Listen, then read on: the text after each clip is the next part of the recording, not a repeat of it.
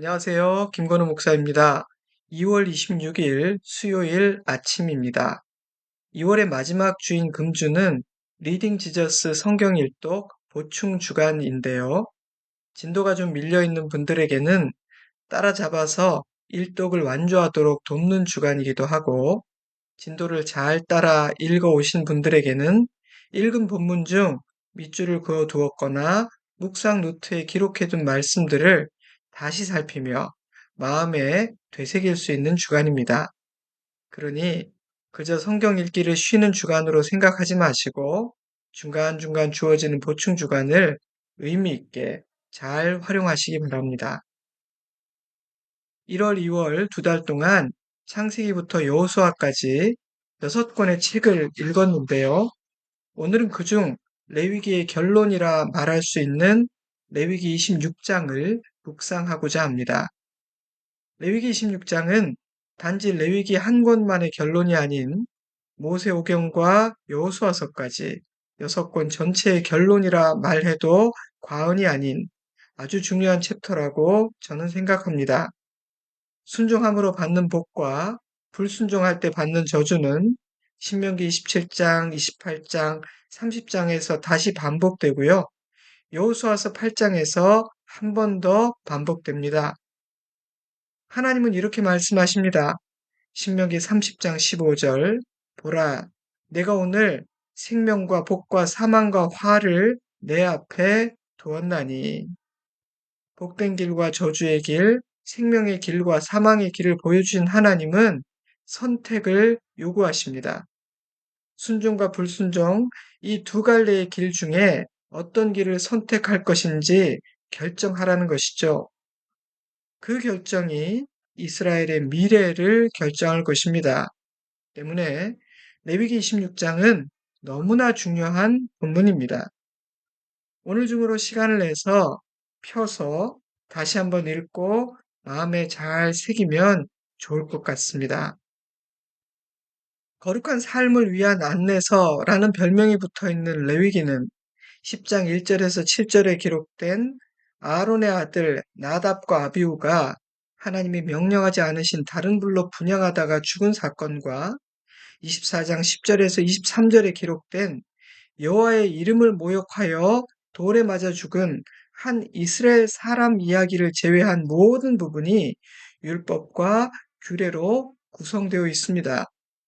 번제, 소제, 화목제, 속죄제, 속건제 이렇게 5가지 제사와 제사를 주관하는 제사장에 대한 규례들, 그리고 정결한 삶을 위한 다양한 정결법과 규례들, 이것이 레위기의 내용입니다. 이스라엘 백성들에게 이토록 엄격하고 세밀한 법과 규례를 주시는 데에는 분명한 이유가 있습니다.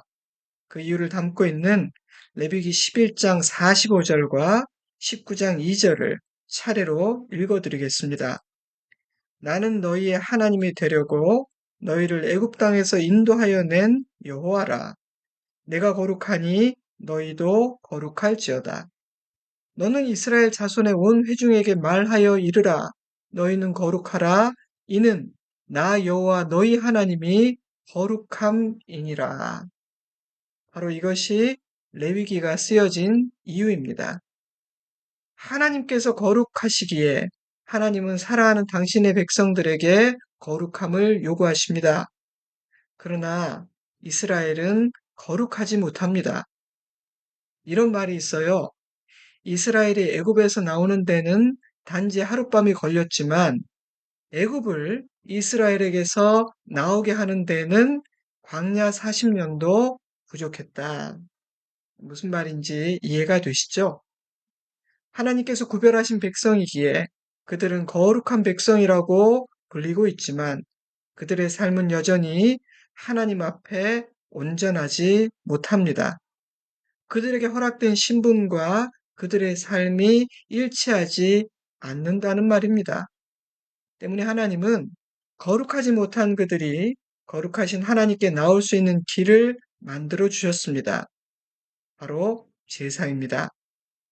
이스라엘의 죄는 너무나 크고 더러웠기에 그들의 죄를 씻기 위해서는 희생 제물이 필요했고 수많은 제사가 요구되었습니다.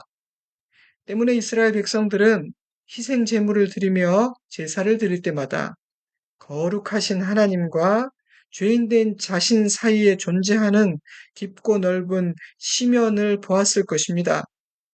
정하신 법도를 어긴 자는 백성이든 제사장이든 가차없이 죽임을 당하는 것들을 보면서, 또한 피를 쏟고 불태워지는 수많은 희생 제물들을 보면서 이스라엘 백성들은 죄의 심각성을 느꼈을 것입니다. 때문에 감히 하나님 앞에 설 수 없는 자신과 같은 죄인들이 하나님 앞에 나아갈 수 있음을 감사했을 것이며, 속죄를 완성하실 메시아를 사모했을 것입니다. 그런 차원에서 레위기의 궁극적인 목적은 예수 그리스도를 통해 완성될 그 구원을 바라보게 하는 것입니다.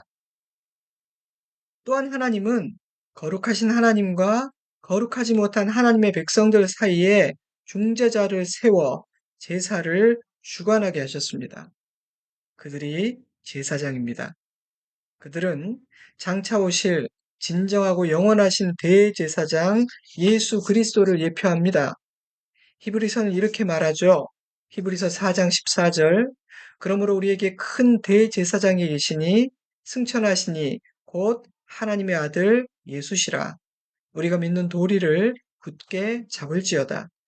히브리서 10장 11절. 제사장마다 매일 서서 섬기며 자주 같은 제사를 드리되 이 제사는 언제나 죄를 없게 하지 못하거니와 오직 그리스도는 죄를 위하여 한 영원한 제사를 드리시고 하나님 우편에 앉으사 그 후에 자기 원수들을 자기 발등상이 되게 하실 때까지 기다리시나니 그가 거룩하게 된 자들을 한 번의 제사로 영원히 온전하게 하셨느니라. 아멘. 이처럼 레위기는 예수 그리스도와 그분의 사역에 대한 모형과 암시로 가득한 책입니다. 때문에 규례와 율법으로 가득한 이 책에서 우리는 예수님을 발견하게 됩니다. 또한 레위기는 구원받은 하나님의 백성들에게 합당한 거룩하고 성결한 삶을 가르치고 있습니다. 앞서 말씀드린 것처럼 우리를 구원하여 자기 백성 삼으신 하나님이 거룩하시기 때문입니다.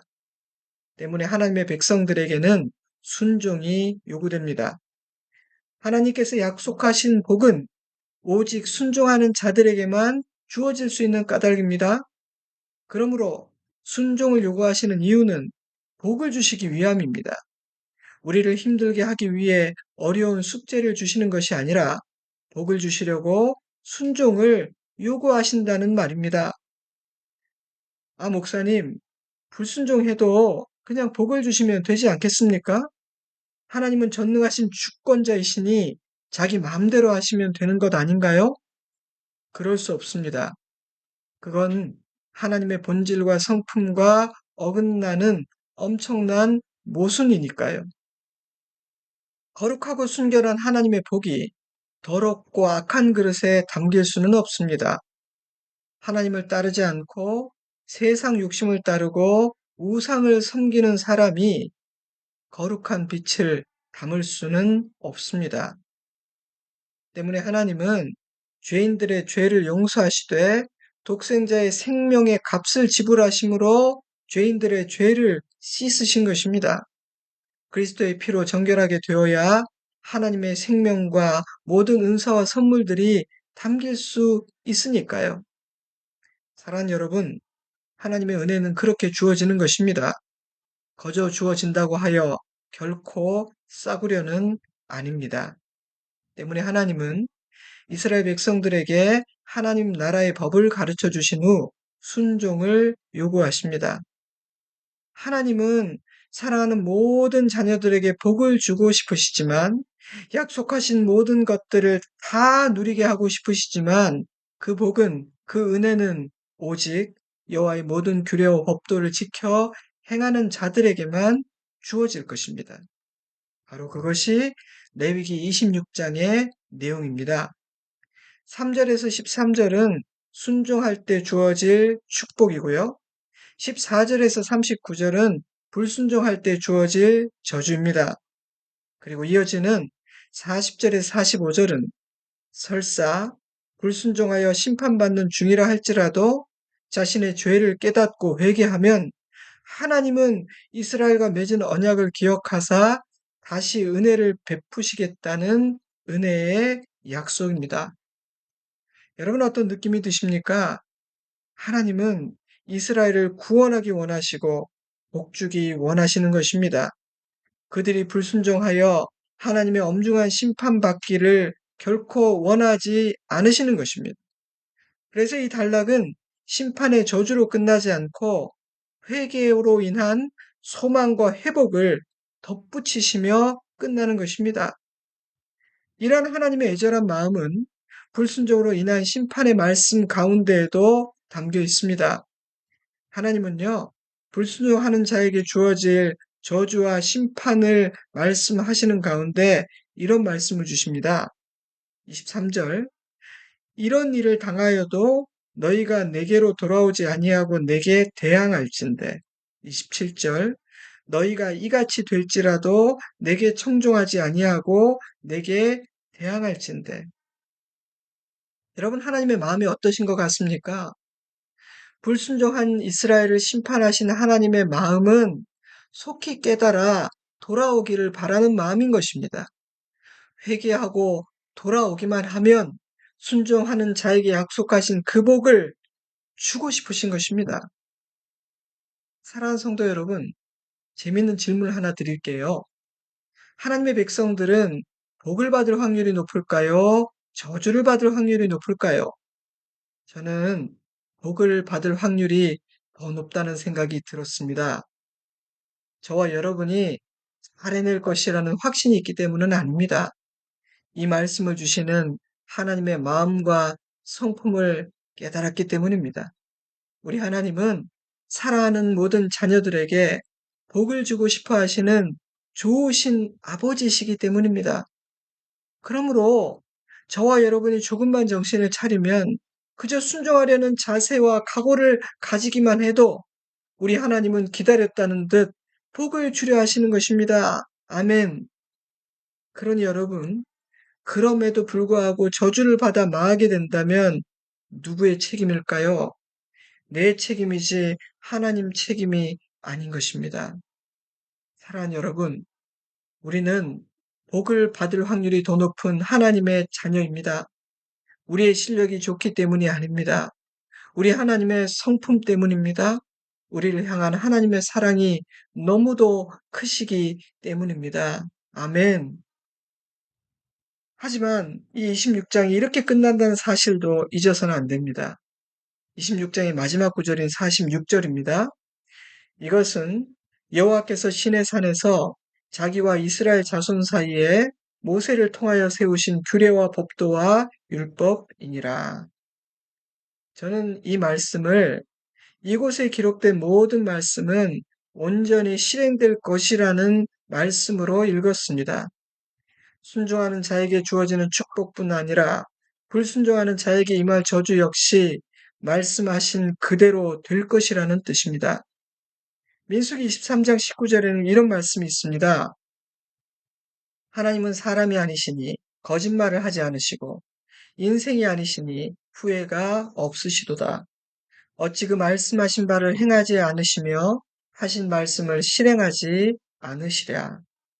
이 말씀은 하나님의 모든 말씀, 모든 규례와 법도에 적용이 됩니다.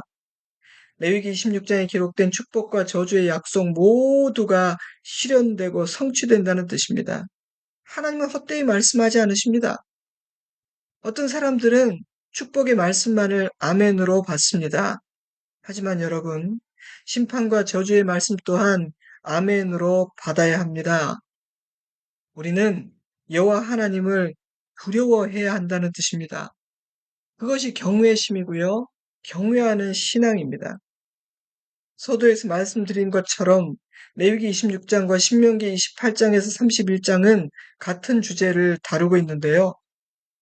선지자들이 가장 많이 직접적으로 또는 간접적으로 인용하고 있는 모세오경의 본문이라고 합니다. 그만큼 중요한 메시지라는 뜻이겠죠. 오늘은 축복과 저주의 내용을 구체적으로 다루지는 않겠습니다. 성경을 펴서 다시 읽고 묵상해 보시기 바랍니다. 그 가운데에서 내게 주시는 그 주님의 음성을 듣고 마음에 새기고 선택하고 결정하고 마음을 다잡을 수 있으면 좋겠습니다. 한 가지만 나누자면 26장에 기록된 순종하는 자에게 허락될 6가지 축복은 우리가 하나님께 하는 그 작은 순종에 비해 놀랍고 과분하고 넘치고 삶의 모든 영역에 허부어진다는 사실입니다.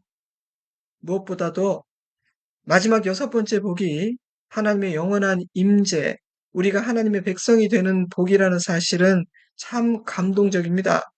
레위기 26장 11절 내가 성막을 너희 중에 세우리니 내 마음이 너희를 싫어하지 아니할 것이며 나는 너희 중에 행하여 너희의 하나님이 되고 너희는 내 백성이 될 것이니라.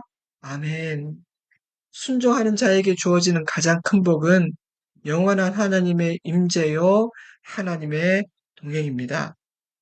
사랑하는 성도 여러분, 하나님은 저와 여러분에게 이 모든 복을 주기 원하십니다.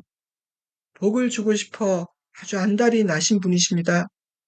이 복을 누리며 사는 우리들이기를 주님의 이름으로 축복합니다. 아멘. 한 주간 동안 지난 2달 동안 읽었던 본문들을 다시 한번 살펴보고 붙잡고 마음에 새기고 기도하는 은혜가 있기를 바랍니다. 저는 주일에 뵙겠습니다. 샬롬.